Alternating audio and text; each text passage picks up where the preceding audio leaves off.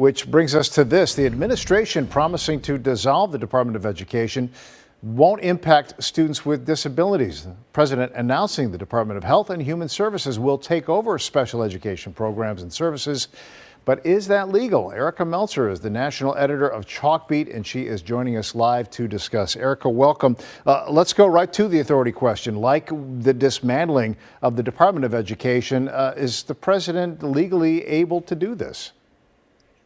No one that we talk to thinks that he has the legal authority to do this unilaterally.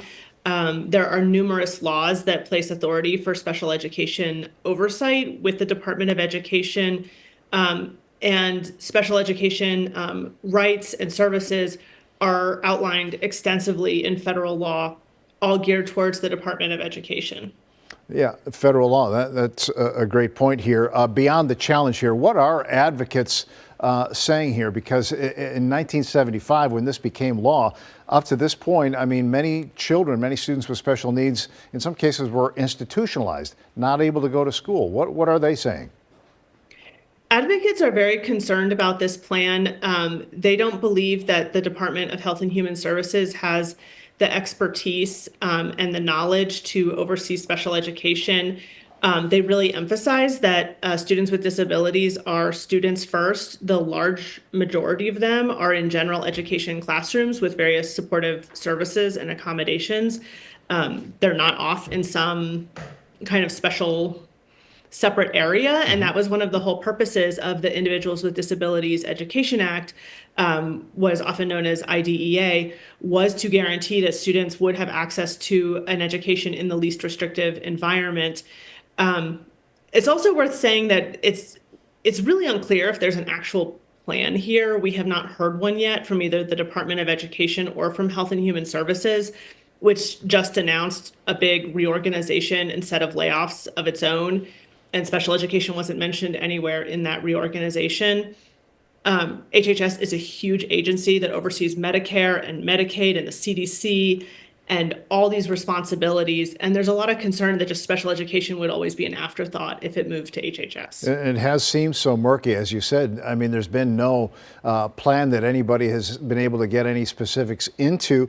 It does, many critics say, this seems clearly to be an educational issue, not a health issue, right? Yeah, there's a concern that this might move us back to more of a medical model of disability. And also it's important, as you said, like these are not social services that we're talking about. This is the same education that other students receive in the same schools. Often teachers are working together in the same classroom, the special education teacher and the general education teacher. So it's very hard to pull these things apart. And does the way that the Secretary, Robert F. Kennedy Jr., how he views autism and the comments that he has made about that in the past, that also has to get parents really concerned about the future of their children? Yeah, there's a lot of concerns about what are his what sort of beliefs he might have about disability, and especially about autism. I think he's talked a lot about sort of unproven or discredited theories about what causes autism, and these ideas that maybe if children had the right diet, they wouldn't have autism. And a lot of people with autism don't feel like they have that they're like a problem to be solved. Like it's just a different way to be a person along like the wide spectrum of ways that we are all human. And so this idea that disability is something to sort of fix with the right medical treatment, I think raises a lot of concerns. Do you have finally any specifics on the legal challenges, whether it's for this transfer of responsibilities or the elimination of the Department of Education altogether? Yeah, so like many of President Trump's executive actions, there are already lawsuits over the plan to eliminate the Department of Education.